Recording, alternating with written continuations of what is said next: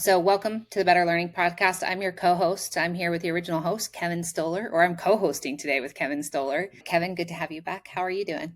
Good. Good to see you. Good to see This will you be a too. fun one. It will be. It was interesting. I haven't seen it yet. So today's episode takes us to Matilda. We're excited to be joined by Charlotte. Charlotte, how do you pronounce your last name? My name is Charlotte Nienhaus. I'm an architect at ISG. I am in our Mankato, Minnesota office. ISG, though, we do have, we just acquired another firm. So I think we're up to 16 offices across mostly the Midwest. However, now we're out in Philadelphia, down to Raleigh, South Carolina, and primarily Minnesota, South Dakota, Wisconsin, and Iowa, our offices. So I am in our Minnesota office. Yeah. So it's that Midwest over down to the North Carolina. That's a lot of territory. Yeah, kind of take that middle part of the U.S. there. And I primarily work in our education team, so our K-12 education specifically. And so I've worked with a lot of different schools, primarily in Minnesota, but I also kind of have been branching out to Wisconsin and Iowa a little bit. That's primarily what I do. Awesome. Well, you picked Matilda. Tell us why you picked this movie specifically. I've always loved this movie ever since I was a kid, and I have a soft spot for it. I feel like I connected with it from a really young age. And then as I've watched it becoming older in adulthood, seeing, different perspectives and new lights into it. And it's such a fun movie, I think, that just portrays childhood in such a different way. So I just really love it. Were you the reader? I did like to read. I still would like to more, but life gets in the way. But yes, I was a big reader growing up. Well, so Kevin and I asked, which movie was it? Have you seen the musical to this too? I haven't seen the musical. I'm one of those people that I like to stay pure sometimes. And I'm like, no, I don't want to see a different take on Matilda. I just want the first one. So well, and you probably can't should. go wrong with. You can't redo Danny DeVito's voice in it either. I thought it was great the way that he narrated it the whole time. Yeah. Once upon a time, there was a girl named Matilda. Hi, Dad. Get in the car, Melinda. Matilda. Whatever. Who was extraordinary in every way. Pretty soon you'll be able to do any multiplication, whether it's 2 times 7, 14, or 13 times 379. 4,927. Wow. She can multiply large sums in her head. So can a calculator. But in a world where grown-ups make all the rules. I'm smart, you're dumb. I'm big and you're small. I'm right. And you're wrong. In a school where the principal... In this school, I am God! ...has no principles. Yes, Miss Trunchbull. Sir. The Trunchbull used to be in the Olympics. Shot put, javelin, hammer throw. She will discover... Somebody's got to teach her a lesson.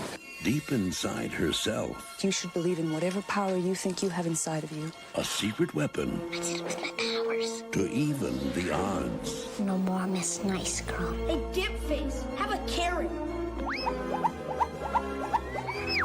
Nah, you eat it. Now... Cookie!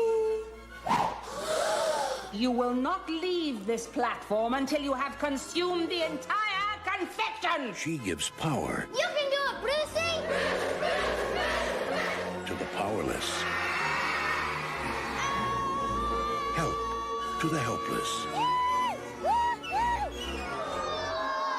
Harry, take your hat off. I can't get it off. And disaster... ...to those who deserve it. From the author of Willy Wonka and the Chocolate Factory and James and the Giant Peach, and the unique vision What did you do to your hair? of director Danny DeVito, comes the story of every kid's right to stand tall, no matter how small. Matilda.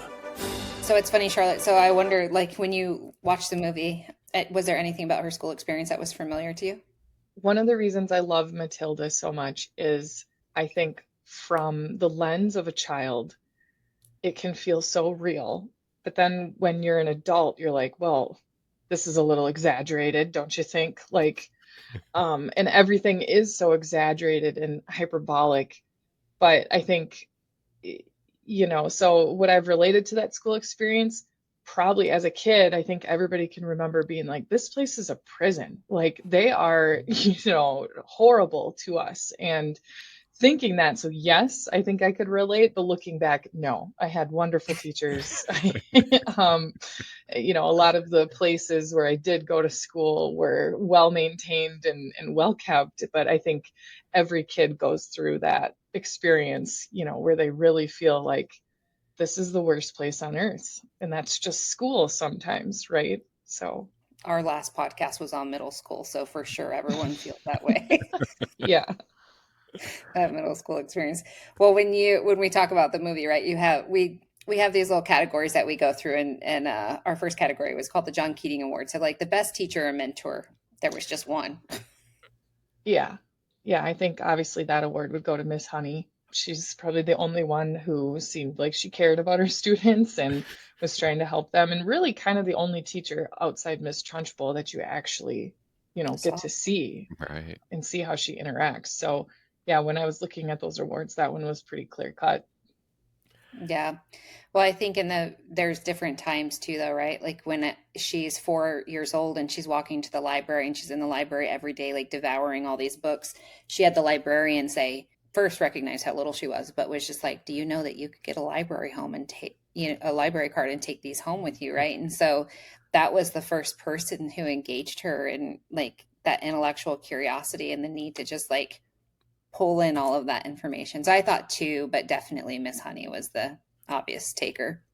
Social structures, school social structures, and the everything behind it is pretty tough. But I think interestingly enough, Matilda's first day of school, she got there and Miss Trunchbull like pulled that little girl by her ponytails and threw her across the field, right? Was that the first day maybe? So like cliques were their power struggles. And Yeah, this one I thought might be a little harder to answer. I actually felt like Matilda is one of the few movies where there really aren't cliques. It's more students against the power, right? And I felt that Matilda is a good example of kids uniting against things that they felt was unjust, which was Miss Trunchbull.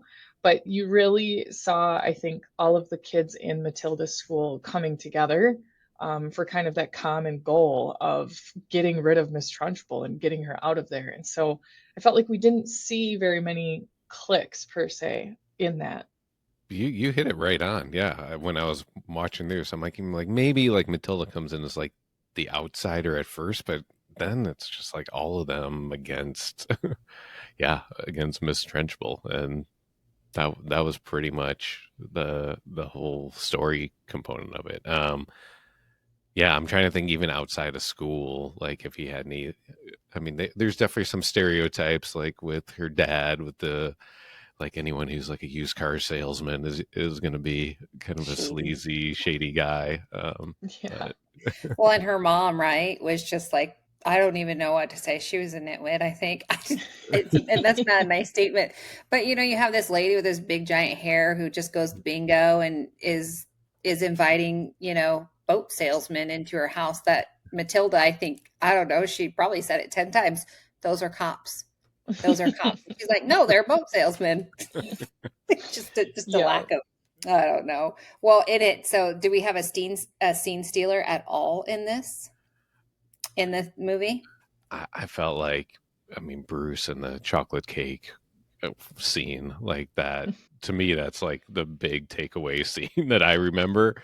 I don't know, what do you guys have? Charlotte, do you have anyone in this? I put down Brucey and his chocolate cake as well. I can't look at like a chocolate cake that looks like it has a lot of frosting without just thinking of that and wanting to like shove my hands in it and just eat it like he does. And so I would also give him that, class clown identity of, he made the mistake and he stole cake, but then everybody loves the class clown at the end of the day. And I think everybody loves Bruce, and, cheering him on to eat that cake is iconic. Yeah, I actually chose Matilda. Oh, yeah, that could be. I mean, could obviously, see right? that. Like she wasn't a scene stealer, but she was a main character. But you think about it, like she puts the peroxide in her dad's, like, was it hair oil that he was dumping on his head constantly? I don't even know what it was. And, playing the pranks, and Yeah. then, Yeah. so I chose Matilda. She is very mischievous. She's the Oh, class clown. Yeah. and Yeah. and All she's right. yeah. I'm with you on that one. Yeah. Well, and then there was what was the other little girl's name? Is it Oh, Lavender? yeah, Lavender. She was sort of mischievous too. Mm-hmm. So that chocolate cake scene reminded me of a time when I was in junior high. We called it junior high, not middle school. Like, I still don't quite know the difference between junior high and middle school, even working in education. But where I grew up was called junior high, and we had a substitute teacher, and for some reason it was like a day where we all like brought in snacks, and Kathy, I won't say her last name on here, but she made the best like fudge. Like, it was known, like when she brought in like fudge. A But middle schooler? yes, like she Oh, would okay. make it. And it was amazing. But we had a substitute came in, and we were just so awful to the substitute. And all I remember is we started throwing food, and I remember somebody threw fudge at the chalkboard and it stuck. And that was like what we all talked about for years after. Oh But gosh. that made me think of in this movie a couple times between the chocolate cake scene and at the end when they're just like throwing everything at her on the way out. Oh, the eggs, where she Yeah. got egged, which was hilarious. Yeah. The cake scene made me think, gosh, do you remember that old restaurant, Claim Jumpers? Mm-hmm. They totally missed the opportunity to like use the Bruce as their mascot for their giant chocolate cake. The most random things I think of in the movies. Well, obviously there were a couple of one-liners in this one, but is there a best quote that we can think of that sort of has held true to time? The one that came to my mind, and it might be a little niche, is again, it involves chocolate, but Miss Trunchbull is like shoving her face with those special chocolates that she has from Miss Honey's father. And she goes, much too good for children. Like, as she's like just got this mouthful of chocolate. And that one's always stuck with me. And sometimes my husband and I like will joke, and I've said that before, like eating it. And I don't think anybody ever picks up on where I'm saying it from. So, I would not have. yeah, that's one that always comes to I my love it. mind. But Yeah, that's Yeah. I like that one. I'm gonna start saying that one around my kids. Well, when it's something's good, right? It's like that Yeah. whole thing. Did you right. have one, Kevin? I had one from Miss Trunchbull of the "I'm smart, you're dumb, I'm big, you're small, I'm right, you're wrong." Like, yeah. Yeah. Do you know that I didn't use the beginning part of that, but as my kids were growing up, when they'd be like, why do I? And I'm like, because I'm big and you're small, and I'm right and you're wrong. So like, you need to go. Or why do we have to do this? Because I said so, and I'm big and you're small. Like that's just it. So, Yeah. It's such As much as like we wouldn't want to say exactly what Miss Trunchbull says, I think, there are times in our life where we've all been pushed to that point where it's like, you know what? Just do it. Like, this is yeah. how it is. Yeah, it's such Yeah. a The other one classic that I adult had was reaction to sometimes. kids. Yeah, I had sometimes you just have to be a little naughty, right? Yeah. Mhm. Yeah. Which I thought was a great one. But so is this when we look at the movie as a whole, is it real or ridiculous? I see it as ridiculous. And I think that's the whole point, is that we're seeing it through the eyes of kids who are 6, 7, 8, 9. And again, like it's that whole, lens of everything is exaggerated. I'm sure we've talked to kids where you ask them to say what happened, and it is like this crazy, fantastical story of, just even, and then the principal picked her up by her pigtails and threw her out the window, like those things. If we say them now, we laugh. But yeah, I think the whole premise is what do kids imagine Yeah. in their life? Could you imagine your kid coming home and saying that? What would you say? Probably the exact same thing her parents were. Oh, Matilda, go shut up and sit down. Right. Yeah. Just don't do it. Just don't do it. Yeah. I thought I'd say ridiculous. Yeah, I mean, it was definitely meant to be ridiculous. I do think there's a little bit on the realistic side of just how much the kids do unite and sometimes kind of rebel against kind of school authority of, like I feel like there's always that tinge of that, and I know I definitely had it growing up, and then even watching my kids going through school, there's just a little bit like there's just always that unity that comes of, if you don't like a teacher or you think they're doing something that, like that's just not fair, they definitely like Yeah. take that to like 1,000 times above the way it way it is in real life. But I felt like they really kind of hit that tone in a way where, yeah, every kid has those moments where they feel that way. Yeah. Yep. I went with Agreed. ridiculous, and I just wish there was really a woman as strong as Miss Trunchbull. Like, what is there actually?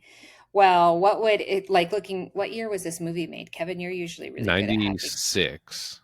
96. Yeah. So I always like that. I always like looking at the movies, and I always like looking at the IMDb ratings. I don't know if you Hmm. guys ever go to that No. site, but it got a 7.0 out of 10.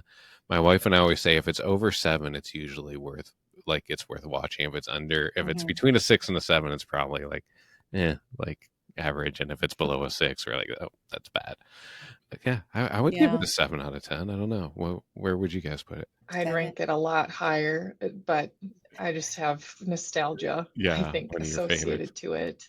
I know that I was reading Matilda came out the same opening like weekend as Independence Day, so it had a uphill Oh, battle to compete with. And I think it did a lot better as like a cult classic, Yeah, home video VHS sort yeah. of thing than it did box office wise. When we work with schools at K-12, it's not just about furniture or design, it's about impact. Our radically student centered approach puts students at the center of every decision. From that first conversation to the final walkthrough, we're focused on creating spaces that actually work for the kids, the teachers, and the community. So if you're looking to do more than just check a box on your next project, let's talk. Visit K12.com. That's KAY-TWELVE.com and see how we're helping schools transform learning one student at a time. Because at K-12, it's not just about projects and furniture, it's about purpose.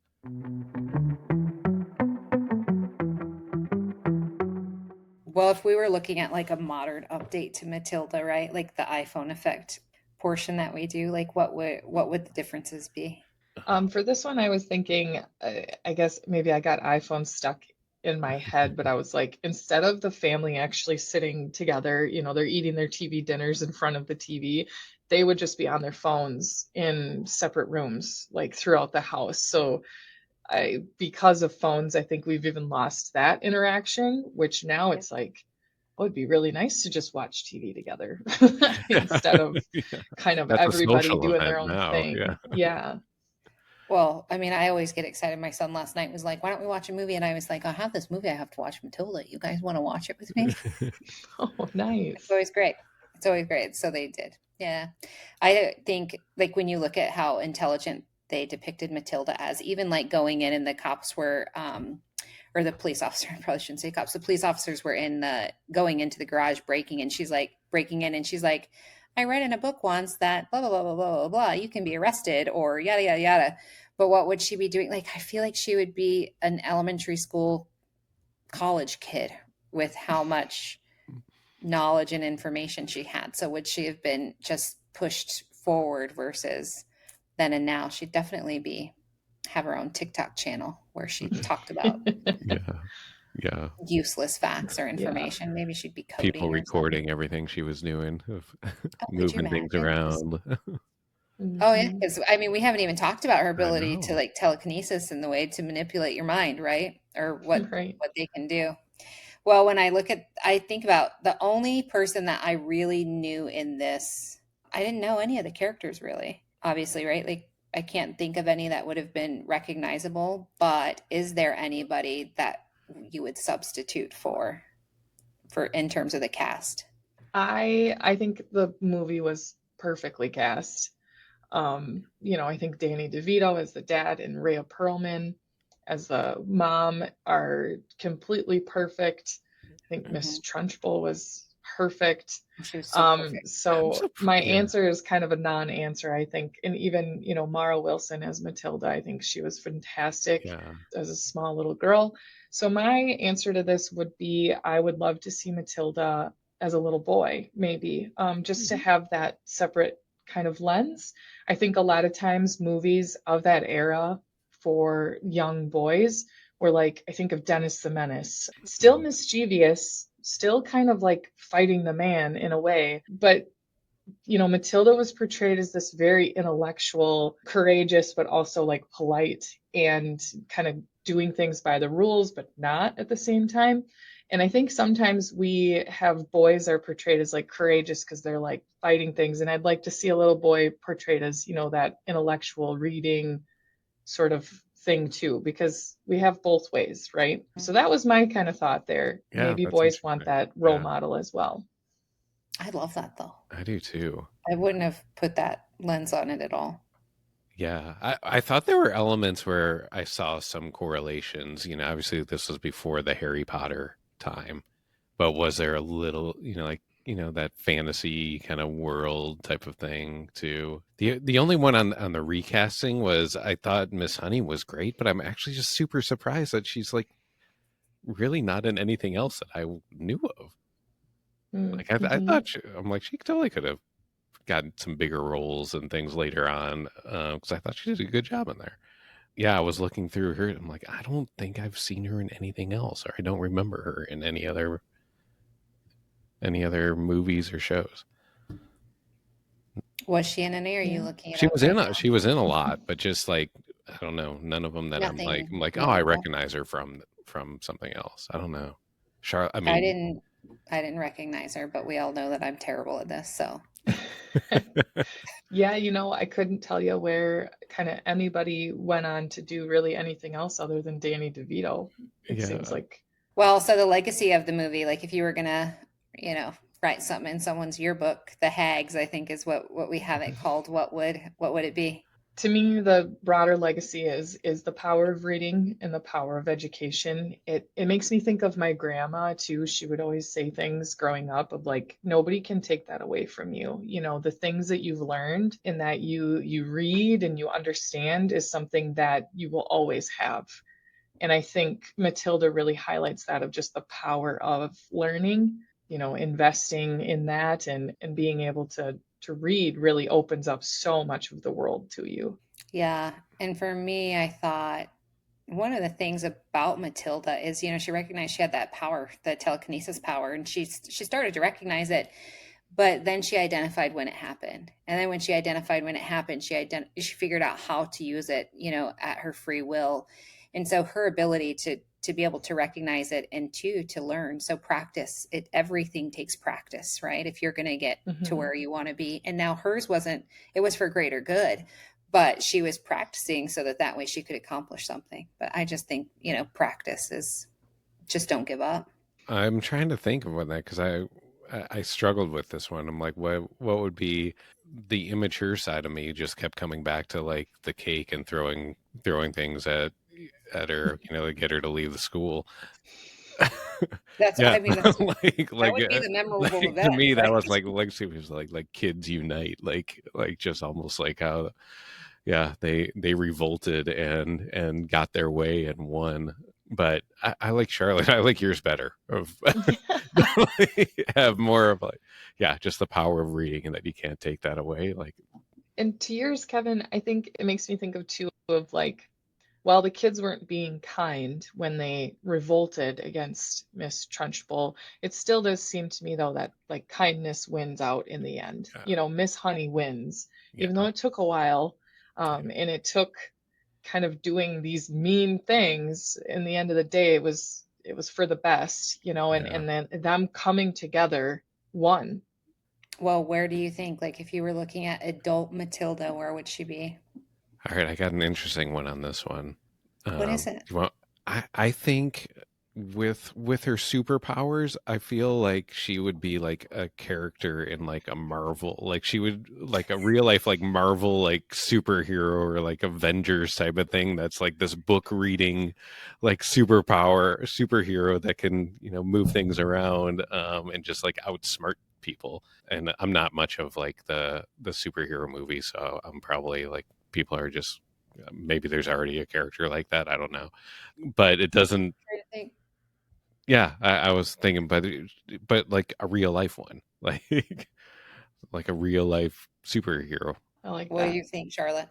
I took it a little different route. I imagine Matilda as more like hiding her powers, but I saw Mm. her as like a child advocate, like attorney type, where she uses her powers still, like nobody gets anything past her.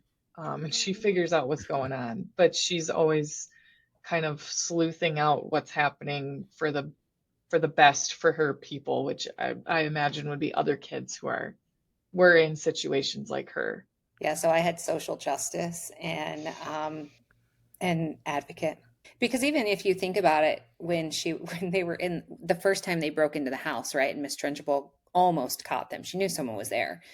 But she was able to recognize like she's superstitious and she's afraid of things. And so to see where people's weaknesses are and to be able to use those weaknesses against them for something that's better. That's why I go with social justice, because I think she'd be hiding that too. But there's a superpower in it, right? Right. So Miss Honey, I think she'll still be running the school.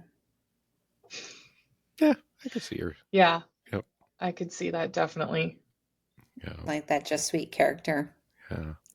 I can't imagine what else she would be doing. She'd obviously have grandkids from Matilda, though, for sure. Do you think Matilda's real parents are still alive? Like, like here we No, are, where like did they say 30 they were years running later. away to? You think they're still doing their antics or in jail or just did something What dumb happened? that killed them?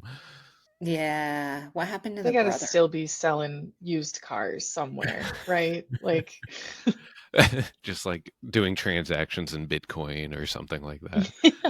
yeah. They're the people that they send you the links and they take your bank account, Yeah. they clear out your bank Yeah. accounts.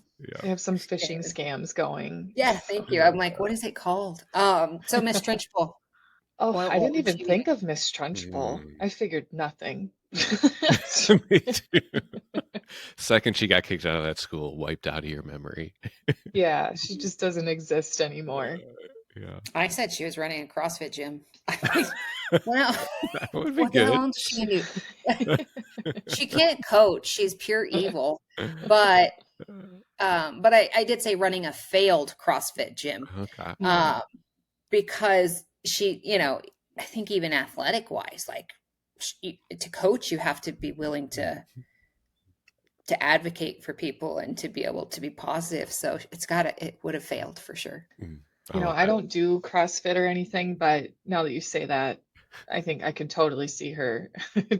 That's what I imagine CrossFit is like, is just Yeah. Miss Trunchbull yelling at you to do things. Picking up So, things and throwing it. Yeah. Yeah, lifting heavy yeah. stuff, right? Like, what do? You lift heavy things. Yeah.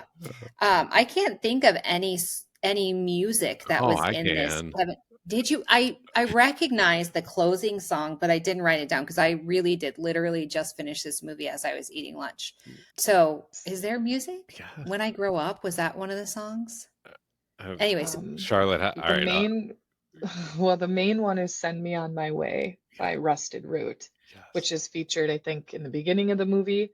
When she's kind of finding her way to the library, I think it is. And then at the closing scene when she's, with Miss Honey and they're doing their own whole life. Otherwise, I think it's only one of two like featured songs in the movie. Everything else was like orchestra.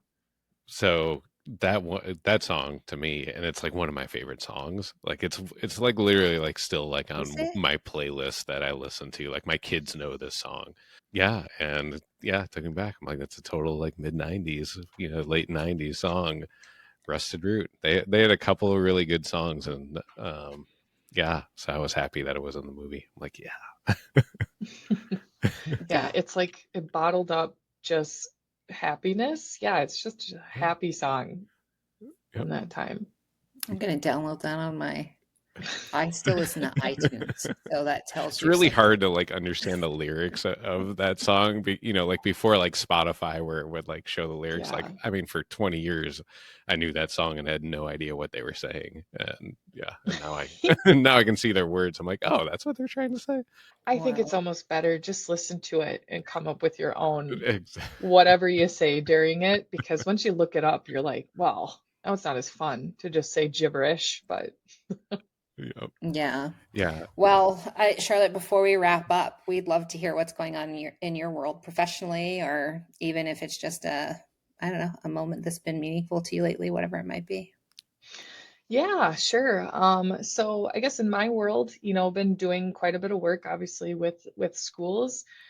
Something that I would say is kind of not a trend, that might not be the good word for it, but that has been popping up a little more is I work primarily with like rural, we call them outstate in Minnesota. So there's the Twin Cities, and then there's outstate, which is like everyone else. But I work primarily more with our rural school districts, and so a lot of these communities are built on, farming, ag land. We work with a lot of districts that are big in size, but not necessarily population. And so, what I think we're seeing now is in the probably early to late 80s, there was this consolidation that took place across school districts, at least in Minnesota. And in rural Minnesota, where a lot of school districts started to consolidate together and became these districts that were made up of 3 or 4 towns. And now what we're seeing is as enrollments have declined throughout the years, a lot of these districts now are left with way too much building for what they need.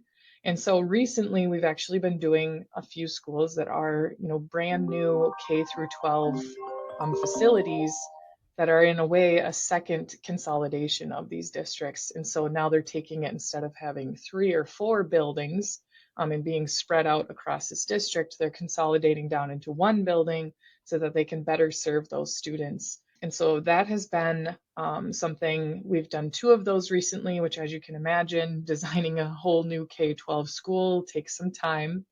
But it's become something, I think, that a lot of districts are looking to, as they can save a lot of money being in one building versus kind of spread out everywhere. So that's been kind of one of the most kind of recent things. I recently completed a project for Martin County West, which is in a small town of Sherburne, Minnesota. I don't know if you've ever heard of it, probably not, but it's been a really cool process to get to kind of manage bringing in staff from 3 different buildings now into one. And they're going to start construction here soon. And I know they're so excited to be able to have more offerings for their students, not be so stretched thin and spending money on maintaining buildings, and instead, spend money on their students. Yeah. That's really interesting because we've seen that too, and I'm always curious to hear the ones that you've done that with. What are they doing with like the existing buildings and real estate? Are they typically keeping it or selling it off, or like what do those situations look like? Most of the time, those existing buildings are being torn down or demolished. And a lot of times we advise our clients to, at least, we're going to set aside money to do that. Because the problem becomes is if we don't set aside money to do that and those buildings just sit, it will just become a problem of public tax dollars one way or another. So if the city has to grab ownership of it, or the county or something, like either way, it'll probably be demolished with public dollars. So you might as well do kind of right up front. Now, we have had instances where private entities will come in and want to buy the building, and we're always like, that is great, but they should be properly vetted, because it's not just anyone that can take ownership of a building that's that large, and probably requires a ton of upkeep and even just money to get it to where they want it. And so finding that right, entity or person is a challenge sometimes, especially in these small towns of 1,500 people. It's not like there's somebody just ready to buy a massive, 120,000 square foot building. Yeah. Yeah, we just had a district that we've been working with, and they're consolidating schools. So based on, student attendance, they've had to just do an overall consolidation. Some of their buildings, like one of them, is now their county animal shelter. So they turned it into that. This county had purchased it from them.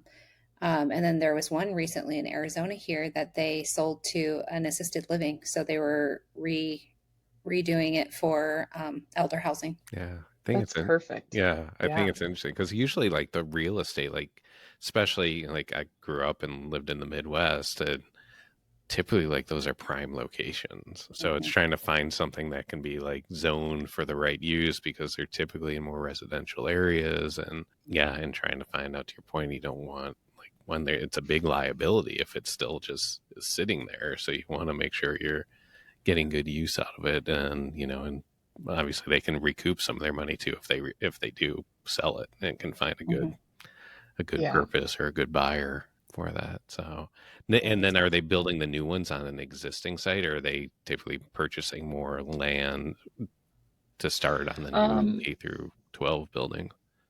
Yeah, one district that we worked with did buy a new site, kind of just on the edge of town. It was a farm field for, however long. The district that I mentioned, Martin County West, right now, though, they are building the high school kind of right on their football field, right next to the current high school. And then we're moving the football field. It's been challenging in that respect of fitting these things, but I think also what an awesome opportunity for all of those students at the high school to watch this building be constructed.